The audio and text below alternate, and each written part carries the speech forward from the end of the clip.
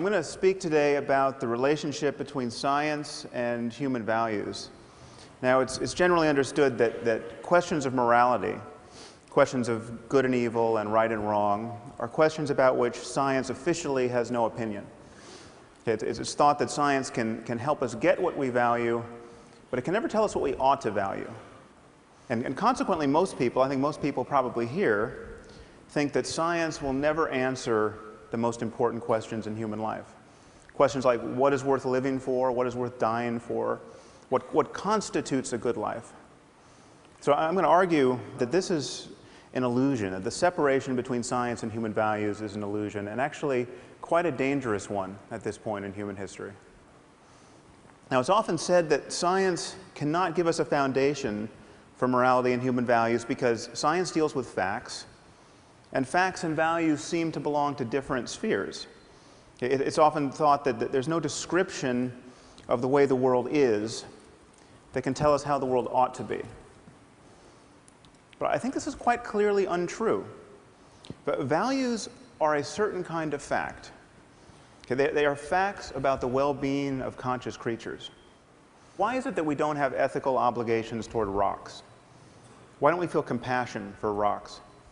It's because we don't think rocks can suffer. And if we're more concerned about our fellow primates than we are about insects, as indeed we are, it's because we think they're exposed to a greater range of potential happiness and suffering. Now, the crucial thing to notice here is that this is a factual claim. This is something we could be right or wrong about. I mean, if we've misconstrued the relationship between biological complexity and the possibilities of experience, well, then we could be wrong about the inner lives of insects. Okay, and there is no notion, no version of human morality and human values that I've ever come across that is not at some point reducible to a concern about conscious experience and its possible changes.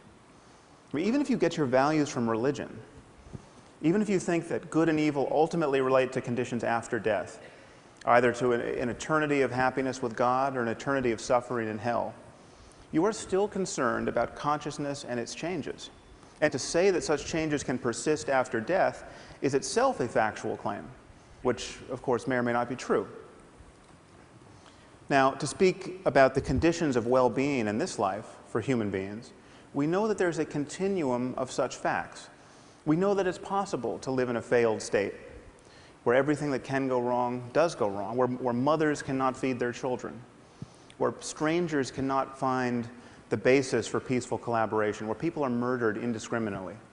And we know that it's possible to move along this continuum towards something quite a bit more idyllic, I mean, to a place where a conference like this is even conceivable. And we know that there are right and wrong answers to how to move in this space. Would adding cholera to the water be a good idea? Well, probably not. Would it be a good idea for everyone to believe in the evil eye so that when bad things happen to them, they immediately blame their neighbors? Probably not. There are truths to be known about how human communities flourish, whether or not we understand these truths. And morality relates to these truths. So in talking about values, we are talking about facts. Now, of course, our situation in the world can be understood at many levels. There's from the level of the genome on up to the level of economic systems and political arrangements. But if we're going to talk about human well-being, we are of necessity talking about the human brain, because we know that our experience of the world and of ourselves within it is realized in the brain, whatever happens after death. Even if the suicide bomber does get 72 virgins in the afterlife, in this life, his personality, his rather unfortunate personality, is the product of his brain.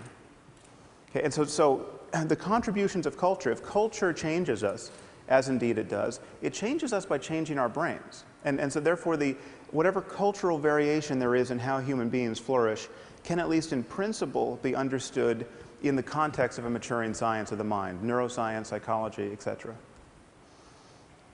So what I'm arguing is that values reduced to facts about the conscious experience of conscious beings, and we can therefore visualize a space of possible changes in the experience of these beings. And I think of this as a kind of moral landscape with peaks and valleys that correspond to differences in the well-being of conscious creatures, both personal and collective. And one thing to notice is that perhaps there are states of human well-being that we rarely access, that few people access, and these await our discovery. Perhaps some of these states can be appropriately called mystical or spiritual. Perhaps there are other states that we can't access because of how our minds are structured, but other minds possibly could access them. Now, let me be clear about what I'm not saying. I'm not saying that science is guaranteed to map this space, or that we will have scientific answers to every conceivable moral question. I don't think, for instance, that you will one day consult a supercomputer to learn whether you should have a second child, or whether we should bomb Iran's nuclear facilities, or whether you can deduct the full cost of TED as a business expense. But if questions affect human well-being, then they do have answers, whether or not we can find them. And just admitting this, just admitting that there are right and wrong answers to the question of how humans flourish, will change the way we talk about morality, and will change our expectations of human cooperation in the future. And for instance, there are 21 states in our country where corporal punishment in the classroom is legal, where it is legal for a teacher to beat a child with a wooden board hard, raising large bruises and blisters and even breaking the skin. And hundreds of thousands of children, incidentally, are subjected to this every year. The locations of these enlightened districts, I think, will fail to surprise you. We're not talking about Connecticut. And the rationale for this behavior is explicitly religious. The creator of the universe himself has told us not to spare the rod lest we spoil the child. This is in Proverbs 13 and 20 and I believe 23. But we can ask the obvious question, okay, is it a good idea, generally speaking, to subject children to pain and violence and public humiliation as a way of encouraging healthy emotional development and good behavior? Okay, is there any doubt that this question has an answer and that it matters? Now, many of you might worry that the notion of well-being is truly undefined and seemingly perpetually open to be reconstrued. And so then how, therefore, can there be an objective notion of well-being? Well, consider by analogy the concept of physical health. I mean, the concept of physical health is undefined, as we just heard from Michael Spector. It has changed over the years. When this statue was carved, the average life expectancy was probably 30. It's now around 80 in the developed world. There may come a time when we meddle with our genomes in such a way that not being able to run a marathon at age 200 will be considered a profound disability. You know, people will send you donations when you're in that condition. Notice that the fact that the concept of health is open, genuinely open for revision, does not make it vacuous. Okay, the distinction between a healthy person and a dead one is about as clear and consequential as any we make in science. Now, another thing to notice is there may be many peaks on the moral landscape. There may be equivalent ways to thrive. Okay, there may be equivalent ways to organize a human society so as to maximize human flourishing. Now, why wouldn't this undermine an objective morality? Well, think of how we talk about food. I would never be tempted to argue to you that there must be one right food to eat. There's clearly a range of materials that constitute healthy food. But there's nevertheless a clear distinction between food and poison. Okay, the fact that there are many right answers to the question, what is food, does not tempt us to say that there are no truths to be known about human nutrition. Now, many people worry that a universal morality would require moral precepts that admit of no exceptions. So for instance, if it's really wrong to lie, it must always be wrong to lie. And if you can find an exception, well, then there's no such thing as moral truth. Now, why would we think this? Consider, by analogy, the game of chess. Now, if you're going to play good chess, a principle like don't lose your queen is very good to follow. Okay, but it clearly admits of exceptions. I mean, there are moments where losing your queen is a brilliant thing to do. There are moments where it's the only good thing you can do. And yet, chess is a domain of perfect objectivity. The fact that there are exceptions here does not does not change that at all. Now, this brings us to the sorts of moves that people are apt to make in the moral sphere. Okay? Consider the great problem of women's bodies. What to do about them? Well, this is one thing you can do about them. You can cover them up. Now, it is the position, generally speaking, of our intellectual community that, while we might not like this, we might think of this as wrong in Boston or Palo Alto. Who are we to say that the proud denizens of an ancient culture are wrong to force their wives and daughters to live in cloth bags? I mean, who are we to say even that they're wrong to beat them with lengths of steel cable or throw battery acid in their faces if they decline the privilege of being smothered in this way? Okay, well, who are we not to say this? Who are we to pretend that we know so little about human well-being that we have to be non-judgmental about a practice like this? I'm not talking about voluntary wearing of a veil. I mean, women should be able to wear whatever they want, as far as I'm concerned. But what does voluntary mean in a community where, when a girl gets raped, her father's first impulse, rather often, is to murder her out of shame? Just let that fact detonate in your brain for a minute. Your daughter gets raped, and what you want to do is kill her.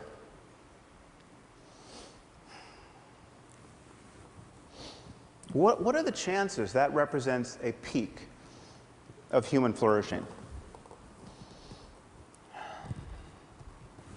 Now, to say this is not to say that we have got the perfect solution in our own society.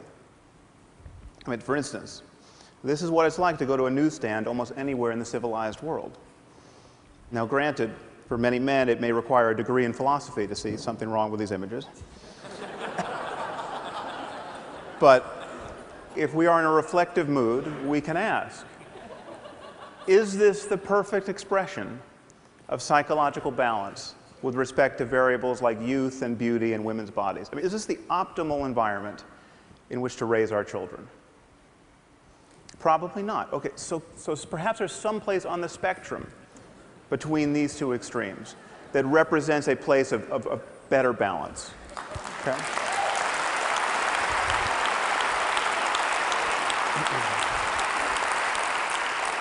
But perhaps there are many such places. I mean, again, given other changes in human culture, there may be many peaks on the moral landscape. But the thing to notice is that there'll be many more ways not to be on a peak. Now, the irony, from my perspective, is that the only people who seem to generally agree with me and who think that there are right and wrong answers to moral questions are religious demagogues of one form or another. And of course, they think they have right answers to moral questions because they got these answers from a voice in a whirlwind. Okay, not because they made an intelligent analysis of the causes and condition of human and animal well-being. And in fact, the endurance of religion as a lens through which most people view moral questions has separated most moral talk from real questions of human and animal suffering. This is why we spend our time talking about things like gay marriage and not about genocide or nuclear proliferation or poverty or any other hugely consequential issue. But the demagogues are right about one thing. We need a universal conception of human values. Now, what stands in the way of this? Well, one thing to notice is that we do something different when talking about morality, especially secular, academic, scientist types. When talking about morality, we value differences of opinion in a way that we don't in any other area of our lives. So, for instance, the Dalai Lama gets up every morning meditating on compassion, and he thinks that helping other human beings is an integral component of human happiness. Okay, on the other hand, we have someone like Ted Bundy. Ted Bundy was very fond of abducting and raping and torturing and killing young women. Okay, so we appear to have a genuine difference of opinion about how to profitably use one's time. Okay. Most Western intellectuals look at this situation and say, well, there's nothing for the Dalai Lama to be really right about, or for Ted Bundy to be really wrong about, that admits of a real argument that potentially falls within the purview of science. Okay, that he likes chocolate, he likes vanilla. There's nothing that one should be able to say to the other that should persuade the other. Now notice that we don't do this in science. On the left you have Edward Witten. He's a string theorist. If you ask the smartest physicists around, who's the smartest physicist around, in my experience, half of them will say Ed Witten. The other half will tell you they don't like the question. So, what would happen if I showed up at a physics conference and said string theory is bogus? You know, it doesn't resonate with me, it's not how I choose to view the universe at the smallest scale, I'm not a fan.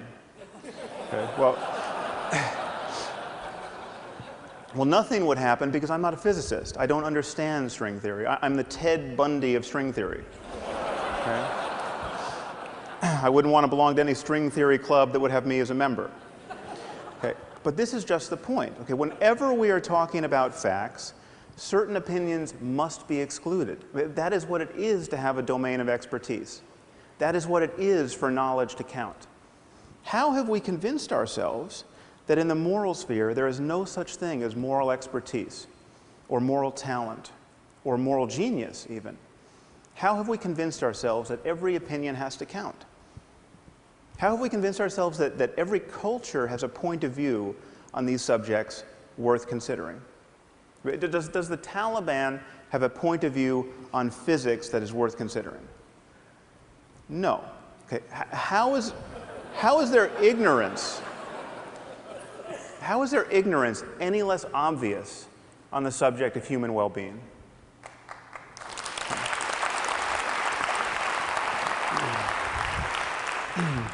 So this, I think, is what the world needs now.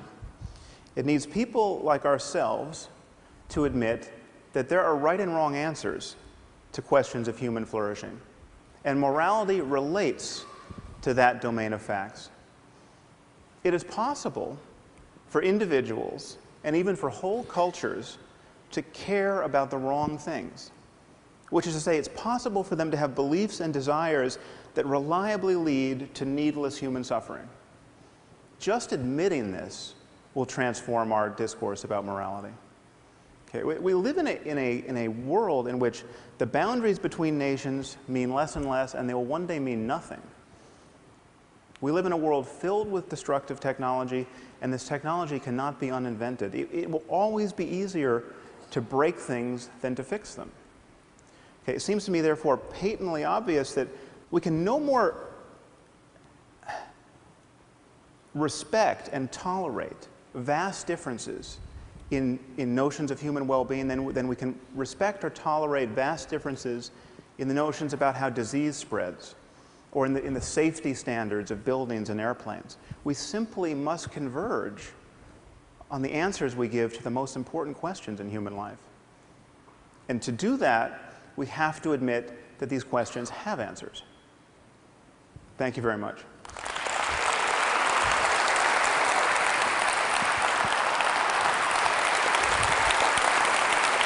Thank you.